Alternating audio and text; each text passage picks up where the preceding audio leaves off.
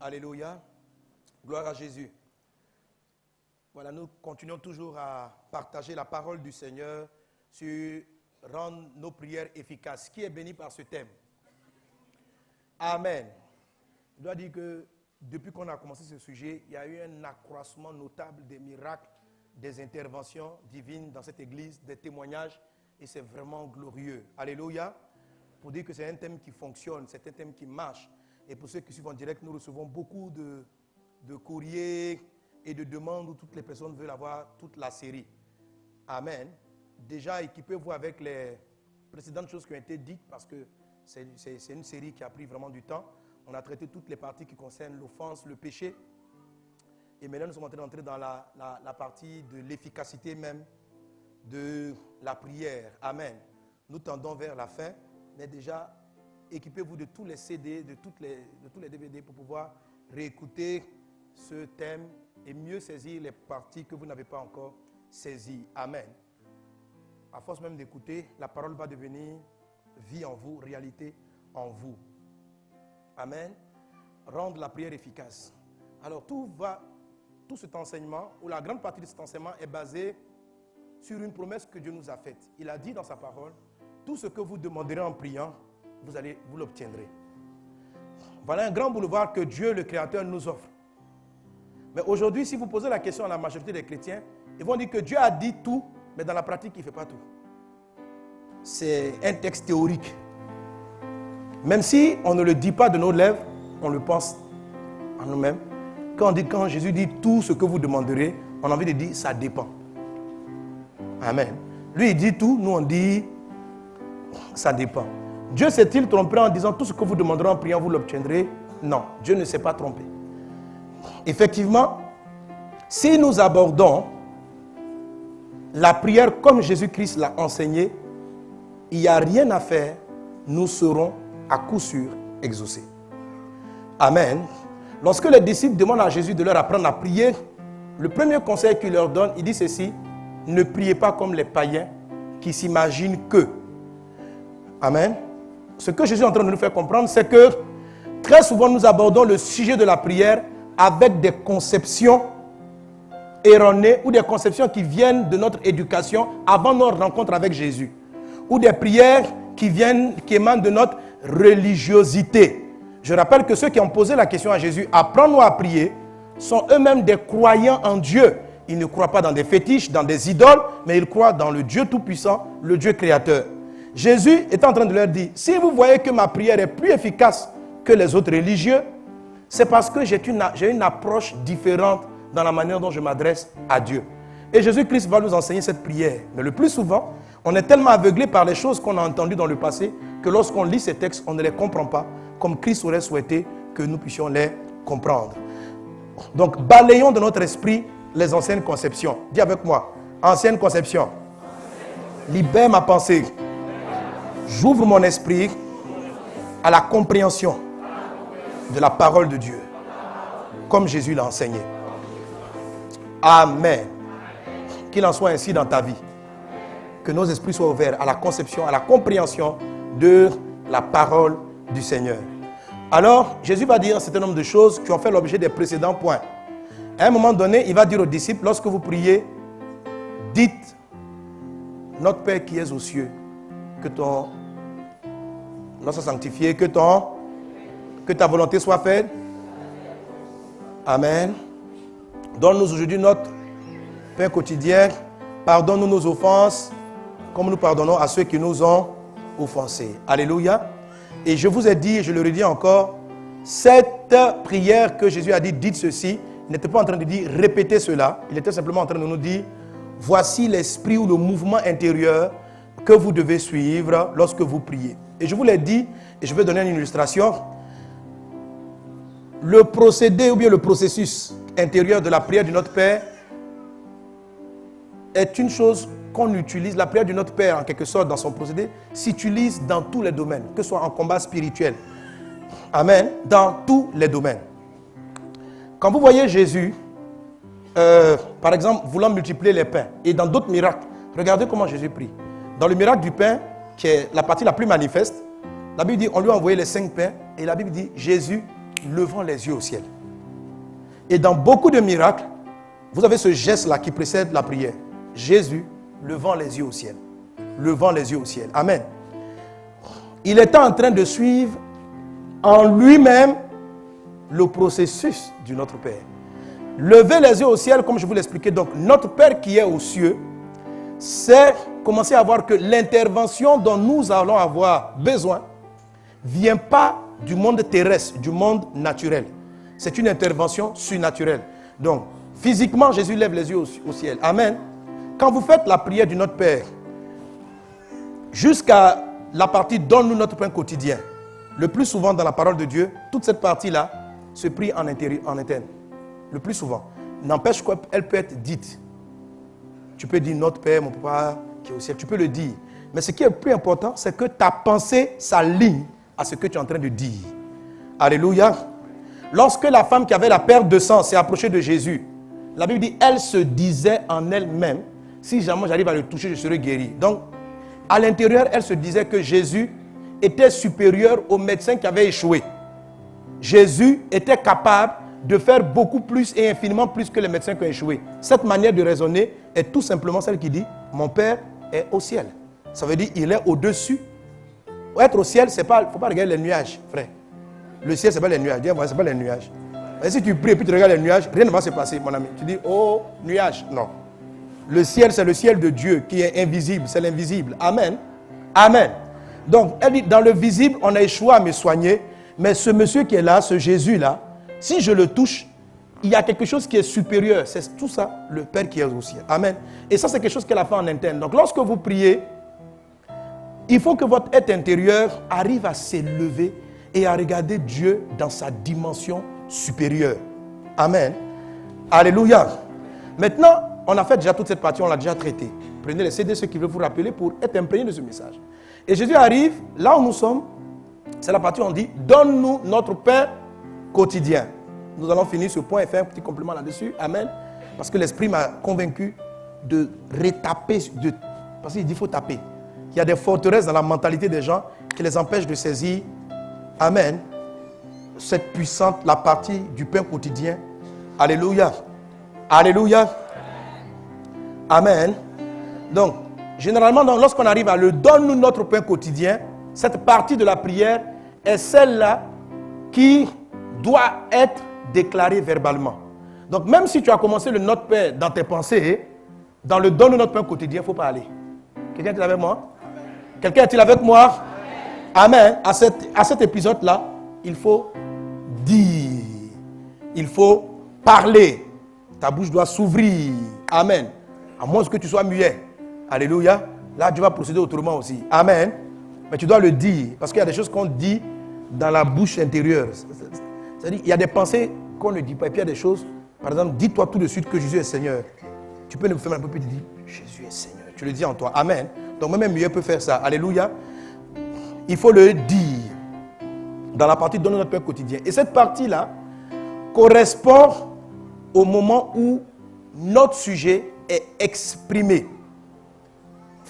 Paul dit en Philippiens chapitre 4, il dit, faites connaître à Dieu vos besoins par des prières, des supplications, des actions de grâce. Et je vous ai dit que prière, action de grâce, prière, supplication, action de grâce, ce sont des manières, ce sont des modes de prière. Alléluia. Ça, je vais le traiter après. Mais la manière dont on fait connaître à Dieu le besoin, ça va varier. On peut utiliser le Notre Père pour faire un combat spirituel. Tout à l'heure, on était en train de chasser les démons. Certains ont chassé sans faire le Notre Père. D'autres ont chassé en faisant le Notre Père. Mais on a tous prié. Comment quelqu'un qui chasse un démon en faisant le Notre Père, qu'est-ce qu'il fait? Quand il se met dans la poursuite de la prière, il y a certains qui vont dire, démon de tout le peuple qui est dans ça, c'est ça, frère. Les autres n'ont qu'à combattre. Moi, il a parlé, oh Dieu, aie pitié. C'est un démon, tu vas l'attaquer, il va te... Donc, ça c'est quelqu'un, déjà, dans son cœur, Dieu n'est pas au ciel, au-dessus du problème. Il a déjà peur. Mais il y a une personne qui sait que physiquement, elle n'est pas plus forte qu'un esprit. Ça, en tout cas, moi, c'est mon cas. Je ne suis pas plus fort que les démons. Amen. Mais dans ma tête, lorsque je me dresse contre un esprit, je ne vois pas l'esprit. Je vois mon Père qui est au ciel, qui est derrière moi. Un peu comme si ton grand frère, 10e dan, donne-moi taekwondo, donne-moi un truc dangereux là. Quoi là? Jujutsu. Eh frère, le nom même, si tu as dit ça déjà en parlant, le gars, je suis 10e dan de Jujutsu. Le gars est déjà, quand il dit que c'est quoi ça encore? Il dit taekwondo, là on est habitué à ça. On dit frère, on connaît les champions de taekwondo, on se bat ici. Donc, si ton frère est dangereux, tu sais, quand tu marches avec lui, tu sais que tu es serein dans la rue, non? Toi-même, on peut te frapper, mais comme il est là, ça dit, tu marches, parce que tu sais que tu es dangereux, mais tu n'es pas dangereux, c'est le grand frère qui est dangereux. Amen. Ça, ceux qui cultivent le Notre Père qui est au ciel, c'est comme ça qu'ils fonctionnent. Ils ne regardent pas leur force. Parce que le jour où ton grand frère n'est pas là, que tu traverses le quartier des méchants, tu vois, tu rases les murs. Et tu sais que si on t'a vu, mais quand le grand frère est là, le grand frère marche contre toi aussi, tu es là. Vous voyez, dans les groupes des palabreux, là, il y a des gars peureux, mais comme tout le monde marche en gros bras, eux aussi sont là-dedans. Ouais. André, il y a ceux qui se reconnaissent que c'était dans les quartiers. On a fait ça dans les quartiers. Hein? Bon. Ça veut dire c'est la conscience de la présence du Père qui est au-dessus de tout, qui te donne une certaine assurance dans la manière dont tu abordes la prière. Donc c'est pas, ça peut se faire en fraction de seconde. Mais c'est juste une culture intérieure. Mon papa au ciel, il est le plus grand. Et il est là. Je suis serein. Donc quand je dis au démon, dans ma prière, je m'en vais chasser le démon. Donc quand j'ai fait notre Père qui est aux cieux, que ton nom soit sanctifié, ça veut dire je vais prier avec la puissance du nom de Jésus. J'arrive, et puis c'est, donne-moi mon pain quotidien. C'est là que j'arrive au combat. Dans le nom de Jésus, esprit, tu fais ça, je te chasse. Amen. Donc tu as chassé un démon en suivant le processus de notre Père. Amen. Jésus va multiplier les pains. Quand il arrive au pain, il dit merci à Dieu. Mais d'abord, il a regardé. La forme de prière va varier et ça on va l'expliquer. Qu'est-ce qui fait que tu fais un combat ou tu fais une action de grâce ou tu dis papa donne-moi. Amen. Mais toute cette forme de prière se trouve dans la phrase donne-nous aujourd'hui notre pain quotidien. Quelqu'un est avec moi? Amen, amen, amen. Amen. Alléluia. Alléluia. Alors, on a traité donc dimanche dernier la première partie de ce point, donne notre pain quotidien. Et je vais insister sur quelques points. Ça va nous ramener à revenir sur ce que j'ai dit dimanche et sur ce que j'ai dit aussi le mercredi. Amen.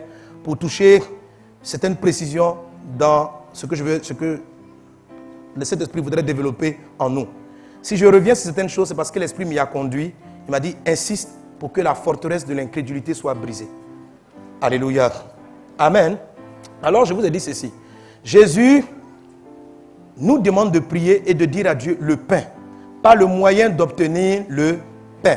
Il y a une différence entre celui qui prie pour un besoin et celui qui prie pour le moyen d'obtenir le besoin. Celui qui prie pour le moyen manifeste de l'incrédulité. Alléluia. Tu veux voyager, ne demande pas à Dieu, donne-moi l'argent pour voyager. Dis Seigneur, donne-moi le voyage. Amen. Je vais partir dans un endroit. Ne dis pas, donne-moi l'argent, donne-moi le visa, tout ça, ce n'est pas ton problème. Toi, prie pour le besoin. Alléluia. Et je vous ai dit, ça doit s'exprimer parce que c'est la parole parlée qui crée dans le monde matière. Ce qui amène une chose de l'invisible au monde matière, c'est ce qu'on dit.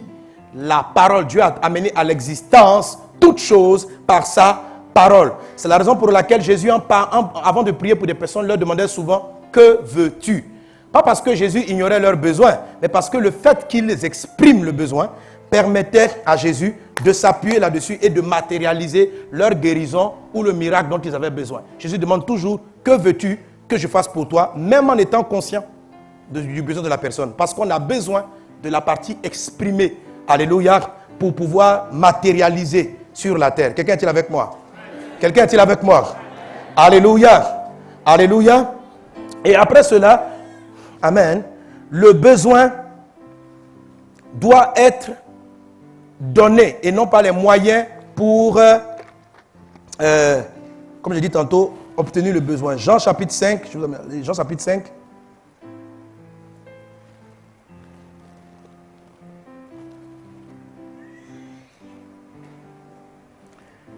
Il a dit au verset 5, Là se trouvait un homme malade depuis 38 ans. Jésus, l'ayant vu coucher et sachant qu'il était malade depuis longtemps, lui dit, veux-tu être guéri? Veux-tu être guéri? Le malade lui répondit, Seigneur, je n'ai personne pour me jeter dans la piscine quand l'eau est agitée. Et pendant que j'y vais, un autre descend avant moi. Lève-toi, lui dit Jésus, prends ton lit et marche. Aussitôt cet homme fut guéri et il prit son lit et marcha. C'était un jour de sabbat. Nous connaissons l'histoire de cet homme en Matthieu, vous pouvez prendre le texte, Jean 5, lui plus haut. Il était couché au bord d'une piscine depuis 38 ans. Et depuis 38 ans, il y avait un mode d'intervention de Dieu. Dieu envoyait son ange qui venait remouiller l'eau. Et le premier malade qui se jetait là-dedans est celui-là qui était guéri. Et lui, il n'avait personne pour l'aider. Donc depuis longtemps, il était malade. Et il souffrait depuis 38 ans. Mon ami, certaines situations vont persister, des problèmes inutiles, des handicaps. Le monsieur était handicapé. Ta vie risque d'être handicapée tant que tu continueras à avoir le raisonnement de ce paralytique. Jusqu'à ce que tu écoutes la parole de Dieu qui te dit, lève-toi et marche. Tant que tu vas raisonner comme le paralytique, tu ne vas pas avoir des miracles dans ta vie. Tu vas avoir des interventions vraiment trop limitées. Tu vas voir Dieu bénir d'autres personnes et toi tu vas rester dans la misère malgré le fait que tu adores un grand Dieu. Jésus lui demande, veux-tu être guéri? On n'a pas dit, veux-tu être guéri? Le monsieur va expliquer la route. Il dit non. On dit, veux-tu être guéri? La réponse c'est oui ou non. Lui il dit, je n'ai personne pour me prendre, pour me jeter dans l'eau. Et quand même je veux me battre pour y aller, quelqu'un d'autre plonge dans l'eau avant moi. Mes amis, ce monsieur a fini par croire qu'on ne peut être guéri que parce qu'il y a une personne pour te prendre. Et lorsqu'on lit cette histoire, on rit un peu de ce monsieur. Mais écoute mon ami, tu fais pareil. Tu veux quoi? À cause de cela, on n'exprime même pas nos besoins à Dieu. Non, je vais aller vivre en France. Dieu te demande, tu veux quoi? Donc tu as dit, non, je n'ai pas de parents pour me donner le visa, ni personne pour m'accueillir. Ce n'est pas le même langage.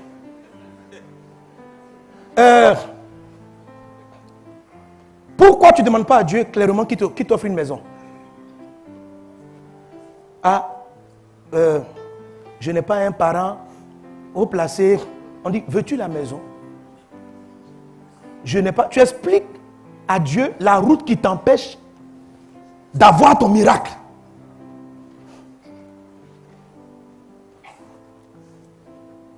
Est-ce que tu veux... Dis-moi ce que tu veux. Qui va aller en Angleterre? Tu crois que tu vas partir? Amen. Donc il y a des gens qui ont un destin en Angleterre, dans d'autres pays, mais ils ne vont pas aller même saluer l'ambassade. Parce que, ils vont dire à Dieu, veux-tu partir en Angleterre? Même, ils vont s'interdire de rêver. Parce qu'ils n'ont aucun parent pour les aider. Ils vont s'interdire de rêver parce qu'ils ne connaissent personne. Le monsieur ne connaissait personne. Il dit, je n'ai personne pour. C'est de l'incrédulité. Et c'est celui, au lieu de demander à Dieu le besoin, tu es en train d'expliquer, tu es en train de prier à Dieu pour qu'il te montre le chemin. Dieu, mes amis, Dieu est Dieu. Dieu, il est Dieu. Quand je rendais le témoignage, il y en a qui disent non. Je dis, je voulais une maison. Avant, je priais et je priais en fonction de l'argent dont je disposais. Pourquoi tu ne demandes pas à Dieu une maison? Parce que quand tu pries, je n'ai pas dit locataire. Pourquoi tu ne demandes pas d'être propriétaire? Parce que la réalité, c'est que lorsque tu pries, tu regardes ton salaire. Et tu dis à Dieu, quand je considère mon salaire, pour le moment, la seule chose que tu peux me donner, c'est une maison avec un loyer que mon salaire peut supporter. Oh Dieu, donne-moi une maison que mon loyer peut. Dieu regarde, dit incrédule. La prière du paralytique. Demande à Dieu ce que tu veux. Qu'est-ce que tu veux? Tu veux ta maison? Je veux ma maison. Laisse-le le choix de te donner comment il va te donner la maison. Alléluia. Et Dieu donne même des petites choses. Mon épouse, vraiment, ici je prends les témoins de ma femme parce qu'elle a une relation privilégiée avec son papa. Dieu, c'est son papa. Amen. Écoute-moi. Pourquoi tu ne demandes pas à Dieu une maison? Pourquoi tu ne demandes pas à Dieu? Tu sais pourquoi tu ne demandes pas? Parce que inconsciemment, tu ne fais pas la prière de notre Père. tu n'es pas conscient que Dieu est ton papa. Est-ce que, dis-moi, Genèse, est-ce que je t'ai dit? Je t'ai dit encore. Amen. Regarde, ma nounou qui est à la maison, là, elle ne peut pas venir me demander, oh papa, elle m'appelle papa. Hein. Elle appelle maman, elle dit maman. Elle ne peut pas venir me demander, oh papa, pardon, achète-moi une maison. Elle-même, elle sait que. Elle-même. Mais est-ce que même. Est-ce qu'elle peut te demander de lui offrir une maison? Elle ne peut pas. Elle ne peut pas. Parce que même si elle t'appelle papa, elle sait. Maintenant, supposons que je dispose d'une 60aine de maisons, bien d'une dizaine de maisons. Est-ce que ma fille, Yeli, Imra, Mélodie, est-ce qu'elle peut dire papa, donne-moi une maison? Mes filles, elles peuvent me demander une maison, non? Mes propres filles qui sont sorties de mes entrailles, elles peuvent me demander? Bien sûr, sans problème. Elles n'ont pas de gêne. Mais l'autre qui m'appelle papa, elle se gêne parce qu'elle. Et ce gêne-là, beaucoup l'ont dans leur conscience. C'est une forteresse dans ta pensée. Ta pensée est souillée.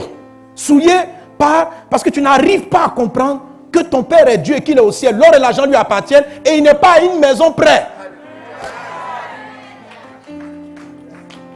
Il n'est pas à une maison près. Donc quand toi tu veux parler, tu dis, est-ce que c'est pas trop osé? Est-ce que... Frère, parle! Où est ton problème? Dis au voisin, où est? Attends, on dit, ton problème est où? Non, je n'ai personne. Quand je regarde mon salaire, qui t'a dit qu'il veut passer par ton salaire? Qui t'a dit? Qui t'a dit que c'est ton salaire qui va te faire vivre dans la dimension? Qui t'a dit que Dieu compte sur ton salaire? Dieu ne croit pas en ton salaire, il croit en sa puissance. Alléluia.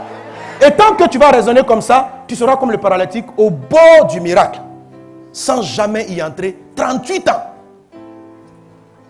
C'est un raisonnement qui paralyse l'église, qui paralyse les ministères, qui paralyse les hommes de Dieu. Ils ne prient. On dit, oh, pourquoi tu ne fais pas d'évangélisation? Ah, dans l'église, il n'y a pas quelqu'un. Hein? On dit, mais pasteur Sanogo, pourquoi faire les croisades? Non, il y a des soutiens. Est-ce que tu as vu les voitures même qui sont garées devant là-bas? Frère, pourquoi tu raisonnes comme ça? Donc, tant que tu n'as pas ça, tu ne peux pas faire. Dieu n'est pas capable de. C'est une injure contre Dieu. J'ai dit la dernière fois, je dis encore, il faut que ça rentre parce que je donne le témoignage de ma femme. Parce que si vous pensez, il y en a qui vont être jaloux. Il y a des gens qui vont être jaloux. Il faut comprendre comment Dieu fait des miracles. Parce qu'il y a des personnes, si vous ne savez pas, qui sont très à l'aise avec leur papa. Et quand tu vas voir leur but, tu as l'impression que Dieu fait une combine. Dieu ne fait pas de combine. C'est comme le fils prodigue et puis son grand frère. Lui se coinçait. Il veut manger le veau gras. Mange, mon gras, mange. Donc lui seul, il est là. Dans la maison, il se cintre lui seul. Il mange les oiseaux seulement. Son petit frère est venu. Il a mangé le veau gras devant lui. On dit, ça lui a fait trop mal. À cause du veau gras, ça fait gâter sa relation avec son papa. Non, on dit, papa, moi, je ne te parle plus. Hein. Mon ami, parle à ton père. Il est puissant. Alléluia. Alléluia. Avant de revenir au témoignage de mon épouse, je parlais avec un pasteur quand j'étais au Congo, qui m'a donné ce témoignage. Il dit comment Dieu l'a délivré. Et un jour, il s'apprêtait à faire son voyage. Je crois qu'il partait au Canada. Et il a payé son billet par rapport à la caisse de l'église, ce qui est normal. C'est normal, mais ce n'est pas surnaturel. Ça ne fait pas intervenir le ciel, ça fait intervenir la terre. La bonne prière, c'est la prière qui appelle le ciel, pas la terre. Notre Père qui est au ciel. Alors, il paye en fonction de la caisse, il paye le billet en classe éco. Et il y a un ami par l'Esprit de Dieu qui l'appelle et qui lui dit, frère, le gars lui informe, il dit, je pars au Canada dans quelques jours. Il dit excuse-moi, je pas pour te choquer, mais il ne faut pas te fâcher. Hein. Il dit, mais il ne faut pas aller. Il dit, tu voyages en quelle classe? Il dit, en classe économique. Et puis il lui a répondu, il dit, c'est parce que ce n'est pas Dieu qui a payé le billet. Il dit, pour le travail que tu fais pour Dieu et ce que tu as fait, si Dieu devait t'offrir le billet, il t'aurait mis en business. Tu as payé le billet avec tes besoins, avec les gens sur la terre. Tu n'as pas demandé à Dieu. Le gars dit, ça l'a choqué. Il a demandé le billet, mais il n'a pas fait notre Père qui est dans le ciel. Il a fait un papa qui est sur la terre. La caisse de l'église. Oh, la caisse qui est sur la terre. Que peux-tu me permettre d'avoir en voyageant? Ça l'a choqué, mais ça l'a délivré. Il dit, le jour même, il a prié. Il dit, Seigneur, peux-tu me donner le billet pour aller au Canada? Le lendemain, quelqu'un arrive dans son bureau. Il dit, pasteur, je ne sais pas, Dieu m'a mis à cœur. tous tes voyages de l'année, je gère. Il lui a payé tous les voyages de l'année en classe affaires. Ça venait du ciel.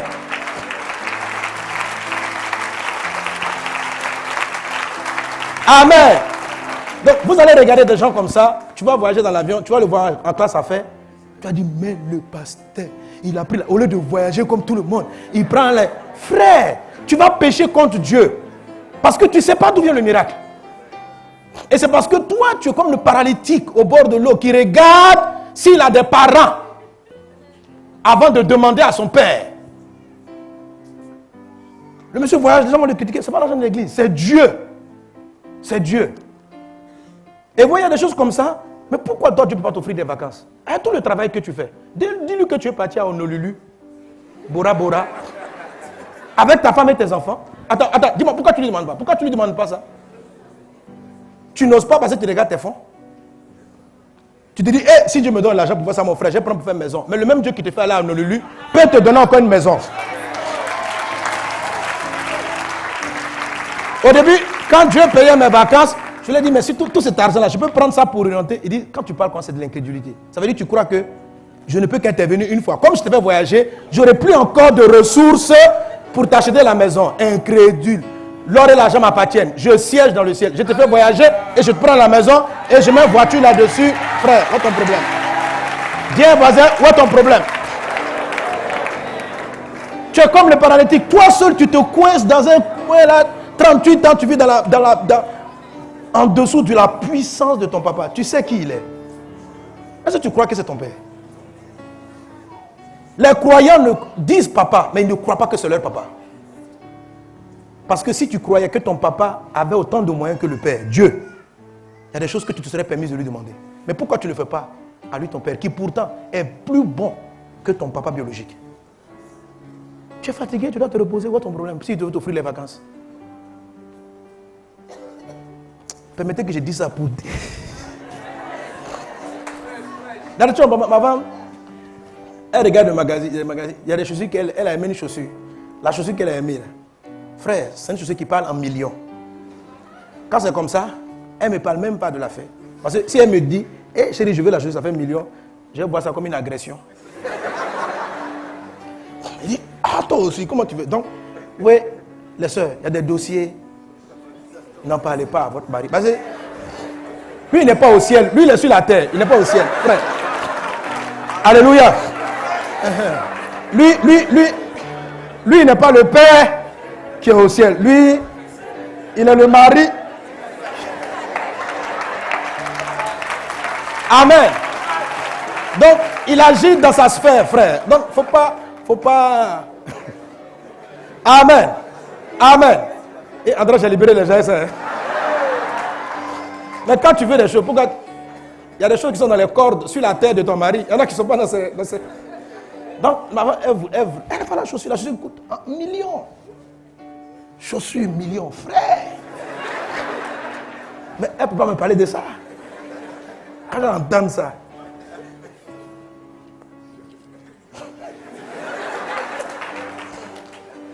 C'est une agression. Il dit, mais on a trop de défis. Porte une chaussure, on va aller à l'église. Donc, quand c'est comme ça, elle ne m'en parle même pas. Papa au ciel. Dans son cœur, il dit à Dieu, je veux la chaussure. C'est fini. Le reste, ce n'est pas ton problème. Amen. Quelque temps après, on l'appelle. Pour dire, ah, il y a eu un arrivage spécial de chaussures. Et je ne sais plus... Bon, les chaussures là, d'où ça venait?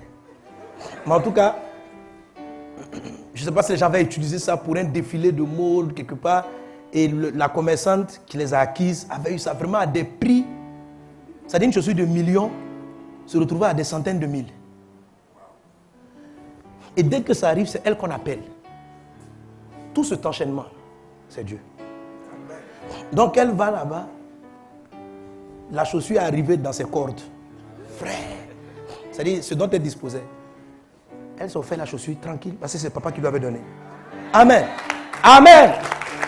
Tu es quelqu'un, si tu es comme le paralytique, tu as dit, est-ce que tu as vu la chaussure de maman Lily? Tu connais le prix? Ça là, c'est pas nos dîmes, frère.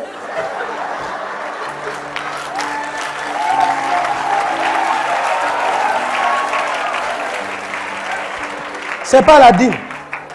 C'est son papa qui est dans le ciel. Donc, il y a des gens qui ont des opportunités. Vous n'avez aucune idée d'où elles sont créées. Parce qu'ils ont une connexion directe. Ils appellent papa.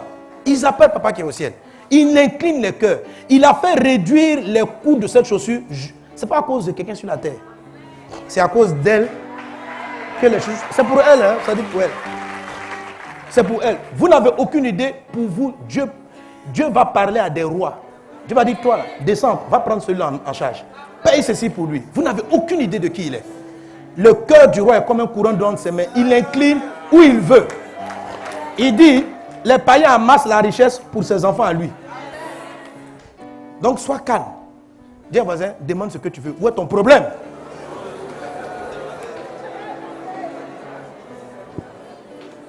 Amen.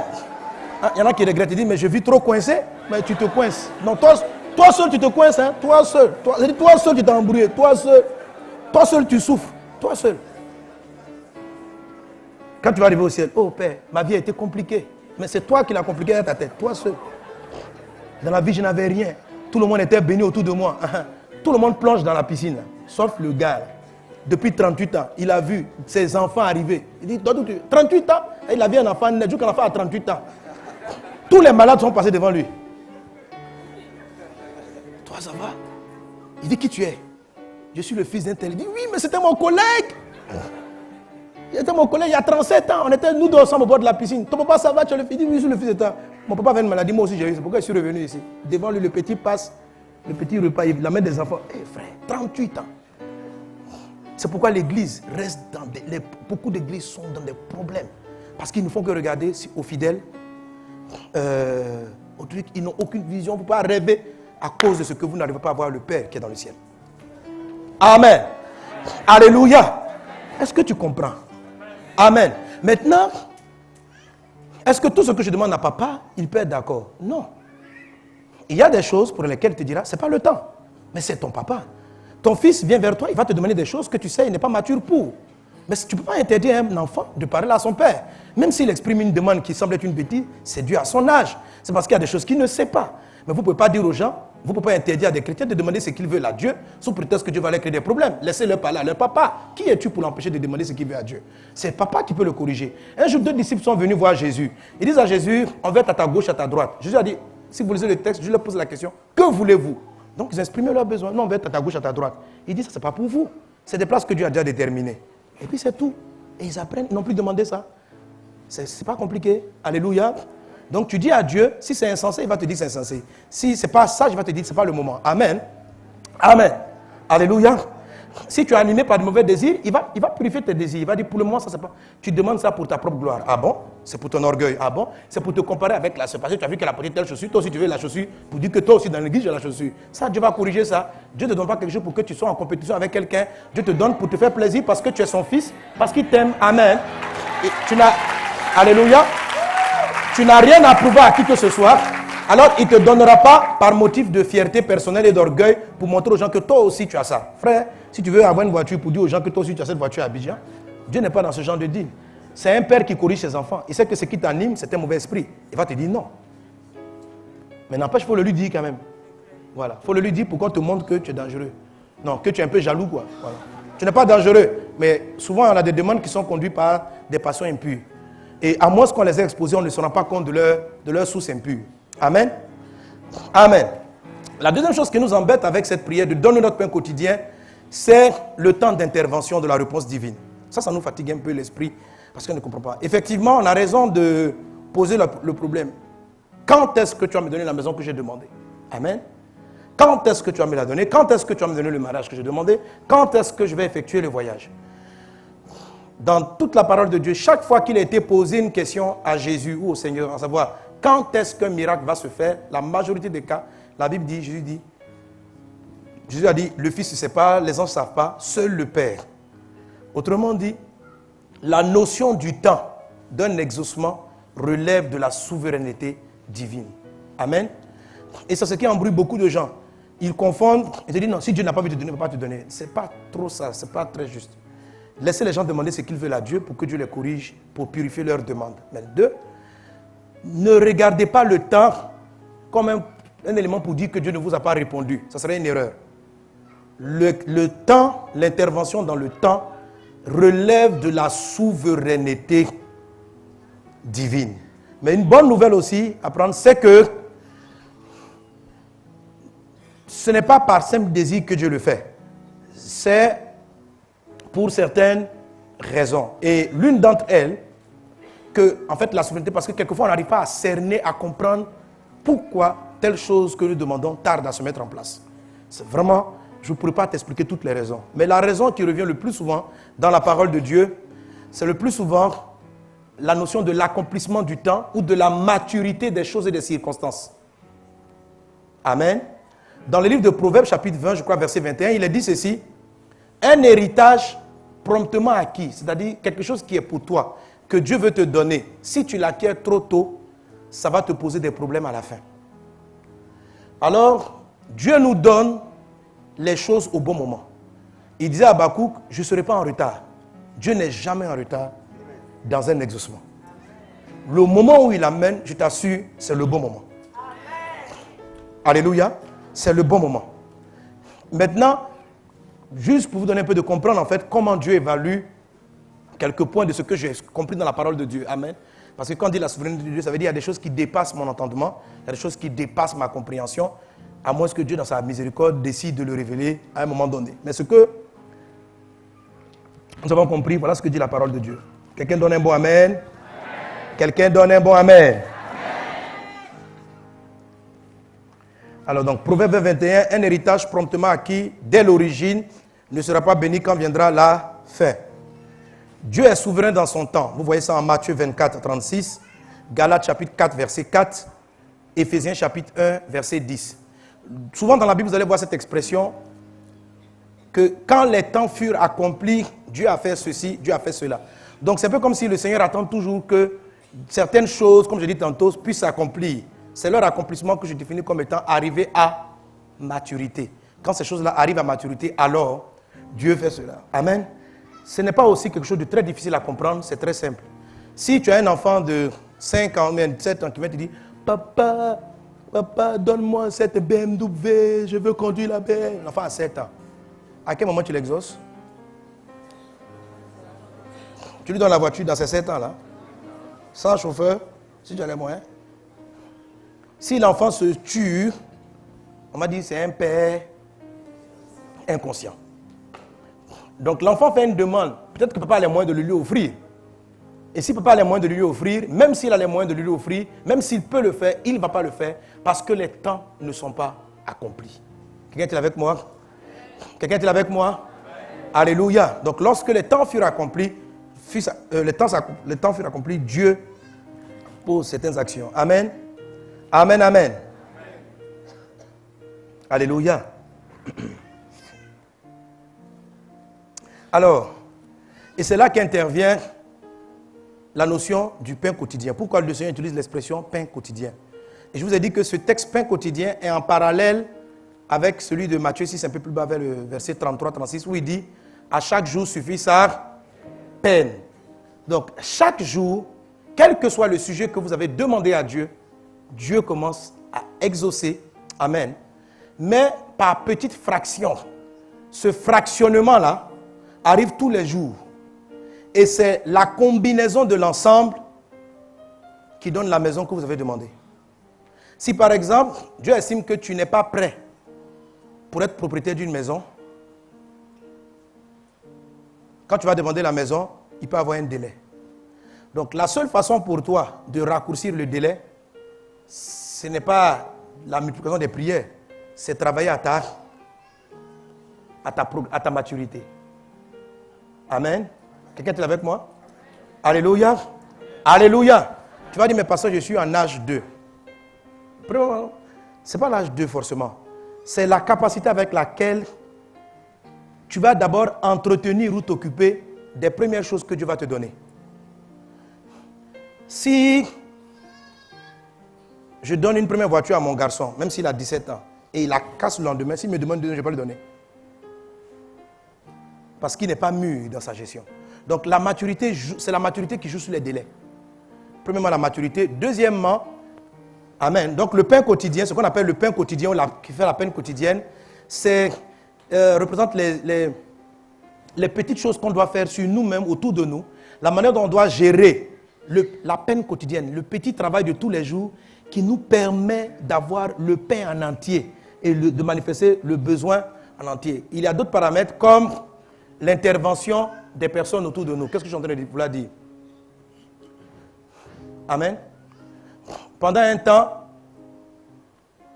j'ai prié Dieu pour avoir la sono pour nos croisades d'évangélisation, pour les campagnes d'évangélisation, tout le matériel. Parce que la majeure partie du matériel qu'on utilise en campagne, on le loue. C'est une grosse charge locative. Lorsqu'on vous dit qu'une croisade comme en Centrafrique nous a coûté 500 millions de CFA, il faut savoir que tu as à peu près 200 et quelques qui sont passés dans la sono. Tu vois? Mais Dieu, depuis là, on gagne du temps s'il nous donnait la sono.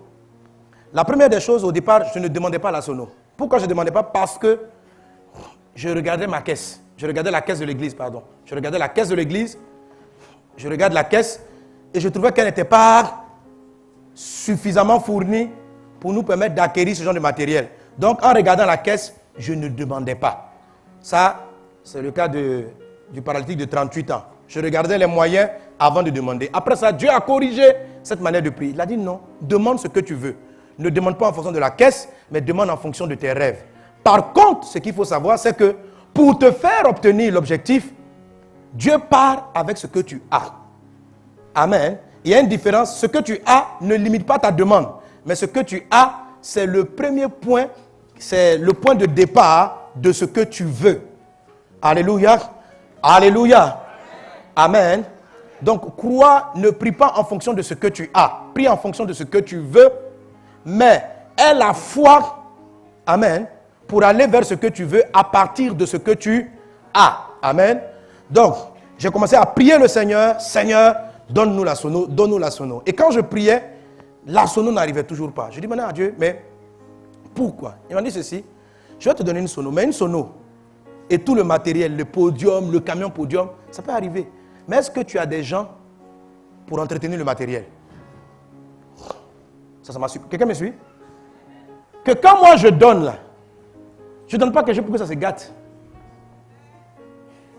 Que l'exaucement, quand tu dis à Dieu, donne-moi une maison, Dieu ne te donne pas un objet. Il te donne, quand Dieu te donne, il te donne le complet.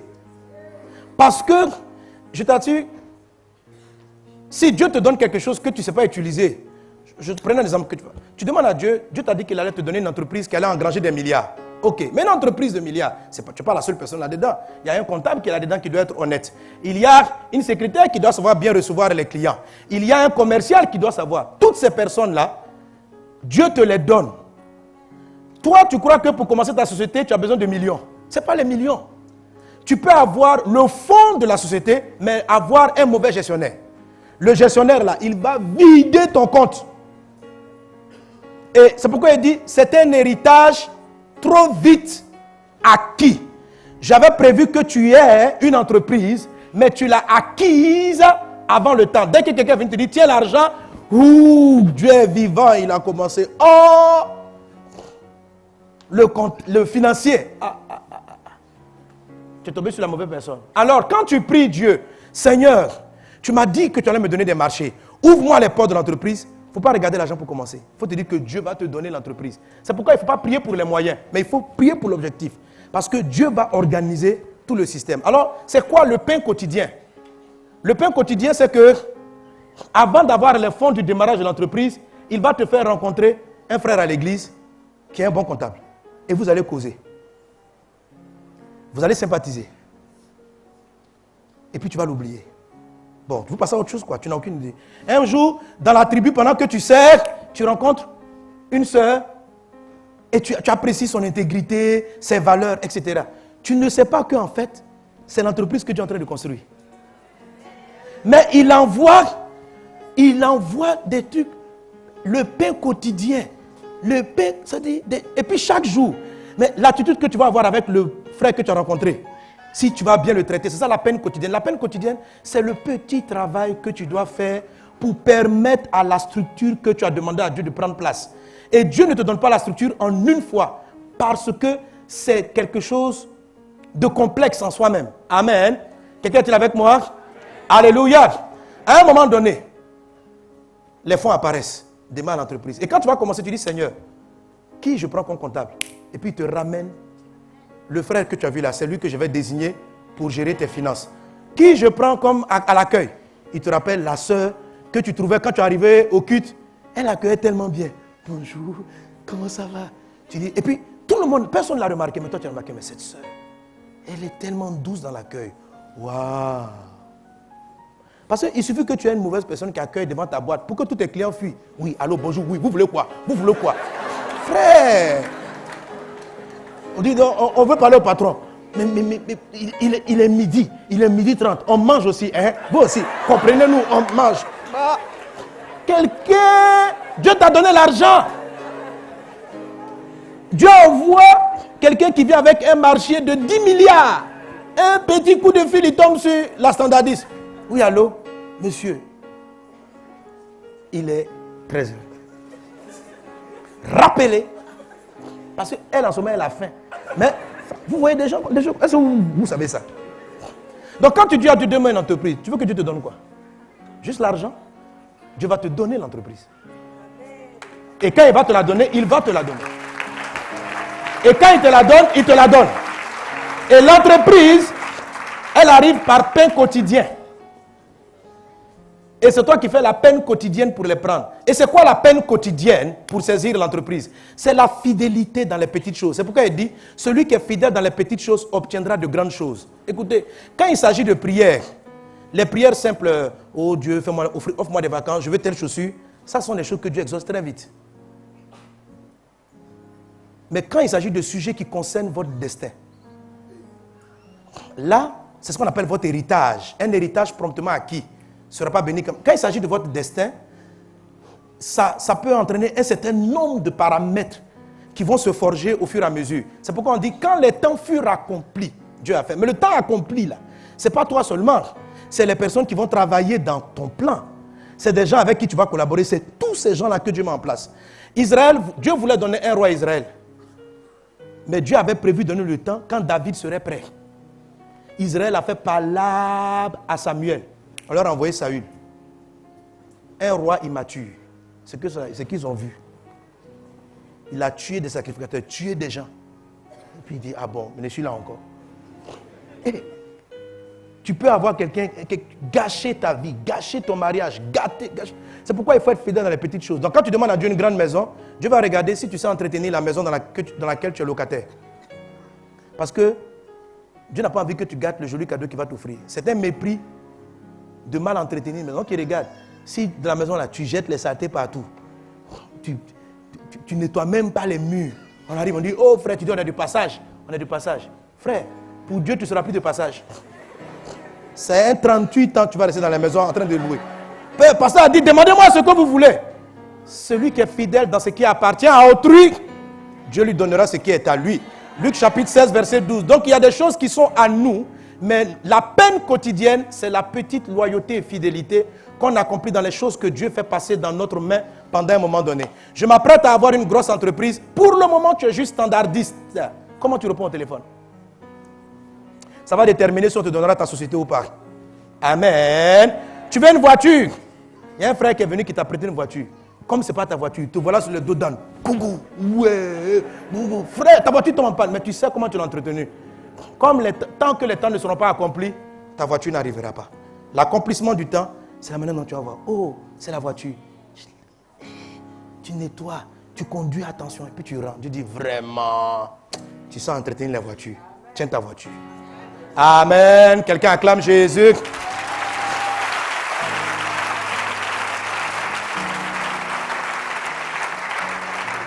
Est-ce qu'on a compris? Donc, Dieu exauce toujours. Mais ça vient par petit pain quotidien. Et toi aussi, tu dois faire ta peine quotidienne. Si tu es chef de tribu, sois un bon patriarche. ou sois un bon patriarche. Ça détermine si Dieu te sent capable de gérer une société ou pas. C'est tout ça qu'il regarde. Amen. Et le dernier point que j'ai introduit, j'avais prévu de traiter vraiment aujourd'hui, c'est la dernière partie de la prière. Pardonne-nous comme nous pardonnons à ceux qui nous ont. Amen. Alors, vraiment, ça c'est encore important dans la manifestation de la prière. Je ne vais pas développer tout ce point, je vais dire quelques mots là-dessus et puis on le traitera dimanche prochain par la grâce de Dieu. Est-ce qu'on est ensemble? Est-ce qu'on est ensemble? Pardonne-nous nos offenses comme nous pardonnons à ceux qui nous ont offensés. Jésus est en train d'apprendre aux disciples à prier de manière efficace. Donc, au lieu de se concentrer sur la demande, on veut l'argent, on veut le mariage, il parle des offenses. Qu'est-ce que l'offense a à voir avec l'efficacité de la prière? Ah si, mes amis, ça a à voir. Viens, voilà, ça a à voir. Alléluia. Pardonne-nous nos offenses comme nous aussi nous pardonnons à ceux qui nous ont offensés. Dès quand ce principe de l'offense n'est pas traité, du moins à cause du mauvais traitement des offenses, beaucoup de prières tardent à être exaucées. Le traitement des offenses, ça a une très forte influence. Amen. C'est quoi l'offense? L'offense, c'est une chose, un acte commis par une personne ou par un système qui te blesse le cœur. C'est une blessure dans l'âme. Quelqu'un peut t'injurier, mais si tu n'as pas entendu, que tu n'as pas reçu, tu ne seras pas offensé. Donc, l'offense, c'est une frustration, c'est une blessure du cœur. Cette blessure-là peut devenir dangereuse dans le cas de la prière lorsqu'elle se transforme, surtout lorsqu'elle arrive au degré de l'amertume. L'amertume, c'est le fait d'être aigri ou d'être en colère contre quelqu'un qui nous a offensés. Hébreux chapitre 12, verset 15 dit ceci: veillez à ce que nul ne se prive de la grâce de Dieu, à ce qu'aucune racine, amen, on peut le lire, veillez à ce que nul ne se prive de la grâce de Dieu.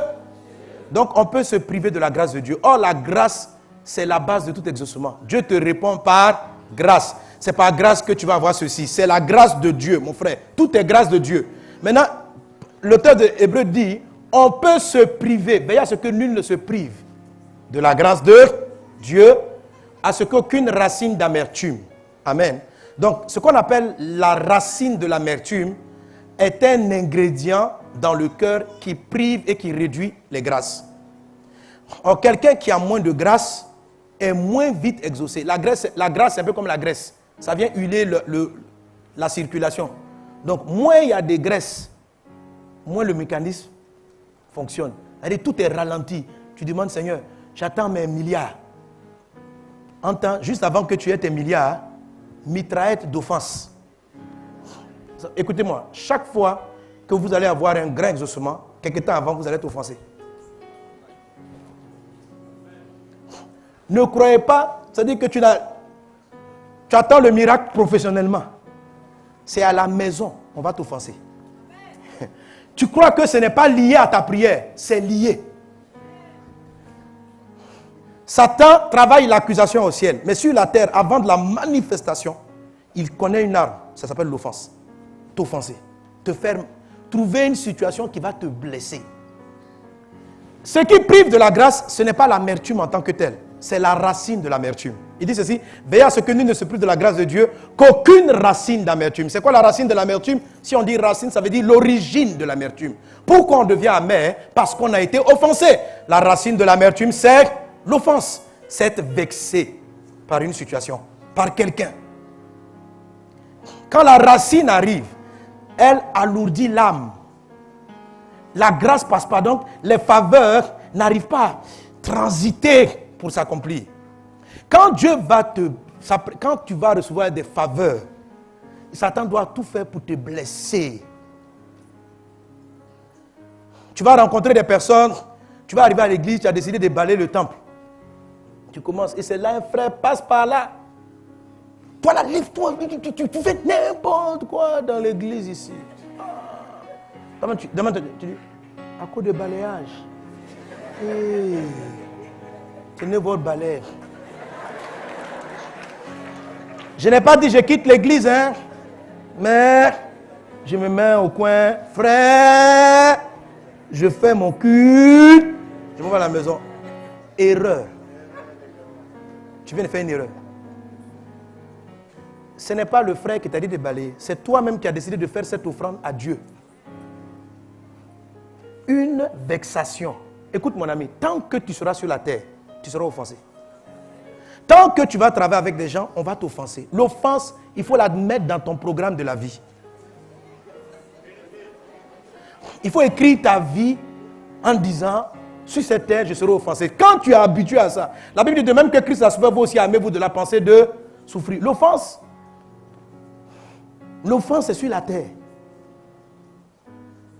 Ne dis pas, mais toi-même aussi tu es un offenseur. Mes amis, nous sommes un peuple d'offenseurs et d'offensés. Toi, tu n'as jamais offensé quelqu'un. L'offense même, tu offenses des personnes quelquefois même sans te rendre compte. Sans te rendre compte. Ce n'est pas volontaire. Il y a des fois même le pasteur, tu passes, quelqu'un dit, aujourd'hui je vais saluer mon pasteur. Et puis tu cours vers moi, pasteur. Et ce jour-là, ma tête est ailleurs. Et puis je te dribble d'une manière. Et puis je vais quelque part.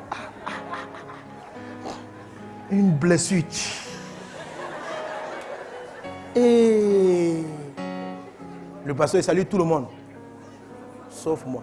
Ou bien il était là comme ça, vous étiez 10 personnes, et puis sa tête était ailleurs, il est venu la saluer le premier, et puis il t'a sauté.